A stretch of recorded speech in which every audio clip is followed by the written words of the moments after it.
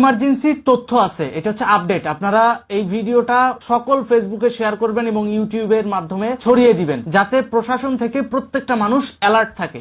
সেটা হচ্ছে সীতাকুণ্ডের উপকূলীয় অঞ্চল ব্যবহার করে অস্ত্র খালাস করে তা ঢাকায় নিয়ে আসা হচ্ছে ঢাকা চট্টগ্রাম মহাসড়ক দিয়ে। গৃহযুদ্ধ থেকে বাঁচার জন্য বাংলাদেশের জনগণের প্রতি অনুরোধ, আপনারা রুখে দিন এই ষড়যন্ত্র। এই ষড়যন্ত্রের নেতৃত্ব দিচ্ছে জঙ্গি নেতা মুফতি ইজাহার হারুন। এই মুফতি ইজাহার হারুনটা কে? এই মুফতি ইজাহার হারুনের ছবি আমরা আপনাদেরকে স্ক্রিনে দেখিয়ে দিচ্ছি।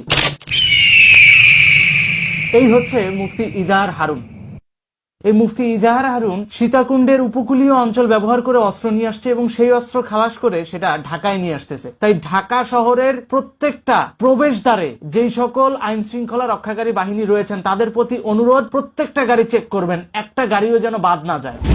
বাসের ভিতরে যাত্রীদের ব্যাগ সহ তল্লাশি করবেন, একটা বাসও যেন বাদ না যায়। ঢাকা শহরের প্রত্যেকটা প্রবেশদ্বার ভালোভাবে চেক করে করে গাড়িগুলোকে পাস করানো উচিত। বিশেষ করে সেনাবাহিনীকে এই জায়গায়, বিশেষ করে সেনাবাহিনীর প্রতি আহ্বান থাকবে, আপনারা সক্রিয় থাকুন, কারণ ওরা যদি অস্ত্র পেয়ে যায় সর্বপ্রথম কিন্তু আপনাদের বাহিনীকেই টার্গেট করবে।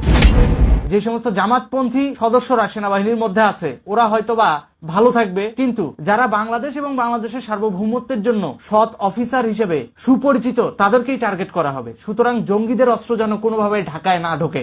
ঢাকার প্রত্যেকটা চেকপোস্ট চেক করে করে গাড়ি ছাড়ার জন্য অনুরোধ করছি, যাতে একটা গাড়িও মিস না যায়। একটা গাড়ি, each and every vehicle should be checked. It's important and it's very important to save our country, to save our nation.